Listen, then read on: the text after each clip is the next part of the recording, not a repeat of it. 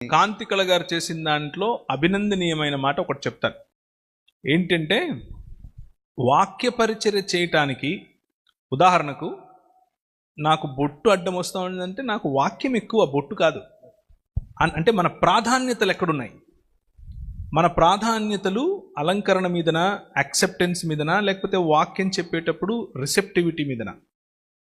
ఈమె కోనుకుంది ఏంటి, ఈమె ఎన్నుకున్నది ఏమిటి అంటే ఇదంతా సెకండరీ. నాకు వాక్యం నేను చెప్పేటప్పుడు అవతలి వాడి మనసు మూసుకుపోకూడదు, చూడంగానే మూసుకుపోకూడదు. కనీసం ఒక 10 మాటలన్నా వినాలి అని అంటే ఇది అడ్డం వస్తుందా, ఇది తీసేస్తా, నో ప్రాబ్లం. నేను వచ్చే ముందు అడిగాను, మన కార్ దిగంగానే మన ఆర్గనైజర్స్లో ఒకరిని, బ్రదర్ ఏంటి ఈరోజు డ్రెస్ కోడ్ అని అడిగాను. డ్రెస్ కోడ్ ఏంటి అని అడిగాను. ఎందుకు అడుగుతానంటే అది అడగాలి మనం. అంటే ఒకరు పిలిచినప్పుడు, ఒక చోటుకి వెళ్ళినప్పుడు మనం డ్రెస్ కోడ్ అడుగుతాం. ఏంటి డ్రెస్ కోడ్ అంటే మనం ఫుల్ వెళ్ళాలని కాదు. ఇది